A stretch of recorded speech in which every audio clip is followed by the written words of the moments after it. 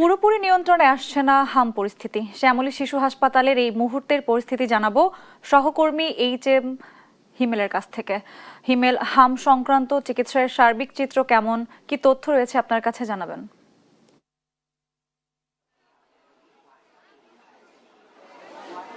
এই মুহূর্তে বাংলাদেশ শিশু হাসপাতালে ইমার্জেন্সি যে বিভাগটি রয়েছে সেটির সামনে অবস্থান করছে। আমরা দেখছি যে হামের যে প্রকোপ রয়েছে সেটি আসলে এখনও কিন্তু চলমান রয়েছে। তীব্রতা কিছুটা কমলেও নিয়ন্ত্রণে কিন্তু আসেনি। ইমার্জেন্সি অর্থাৎ জরুরি বিভাগের সামনে আসলে রোগীদের ভিড় কিন্তু আমরা দেখতে পাচ্ছি।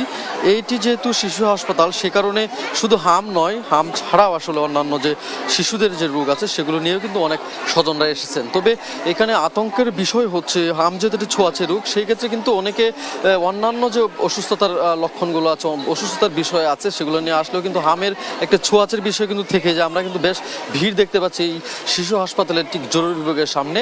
একদিকে যেমন হামের উপসর্গ নিয়ে বিভিন্ন জেলা শহর থেকে স্বজনরা এসেছেন তাদের সন্তানদের নিয়ে, অন্যদিকে কিন্তু হাম ছাড়া অর্থাৎ কারো হামের উপসর্গ নেই সেরকম রোগীও কিন্তু আমরা দেখেছি যে আসলে বিভিন্ন সমস্যা নিয়ে এসেছেন। এটি একটি আসলে এই হাসপাতালে একটি জটিলতার বিষয় যে হামের উপসর্গ নিয়ে অনেকে আসলেও অনেকে হামের উপসর্গ ছাড়াও কিন্তু এসেছে। সেই ক্ষেত্রে যারা আসলে যে শিশু আসলে সুস্থ রয়েছে তাদের কিন্তু হাম হওয়ার একটি প্রবণতা রয়ে গিয়েছে। শুরু থেকে আমরা সেই বিষয়টি কিন্তু লক্ষ্য করে আসছি এবং আমরা দেখছি যে হামের উপসর্গের যে রোগীরা রয়েছে তাদের কিন্তু দীর্ঘ লাইন রয়েছে। শুধু হামের যে উপসর্গ রোগী তাই নয়, অন্যান্য রোগীরাও কিন্তু দীর্ঘ লাইনে অপেক্ষা করছেন, কেউ ঘন্টার বেশি সময় ধরে অপেক্ষা করছেন। তারা যেটি বলছেন যে আসলে ঢাকার বাইরে থেকে যারা এসেছে তারা বিভিন্ন হাসপাতাল ঘুরে আসলে অনেকে সুস্থতার কোনো সুফল না পেয়ে কিন্তু এই শিশু হাসপাতালে কিন্তু ভিড় করছেন।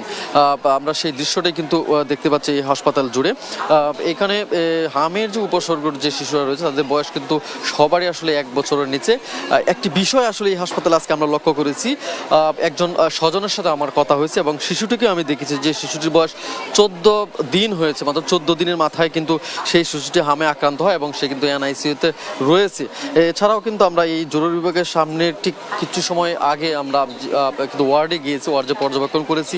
এই ওয়ার্ডে কিন্তু এই যে শিশু হাসপাতাল রয়েছে গত 24 ঘন্টায় 12 জন নতুন হাম রোগী কিন্তু ভর্তি হয়েছে এবং 100 জন রোগী এখনও চিকিৎসাধীন রয়েছে।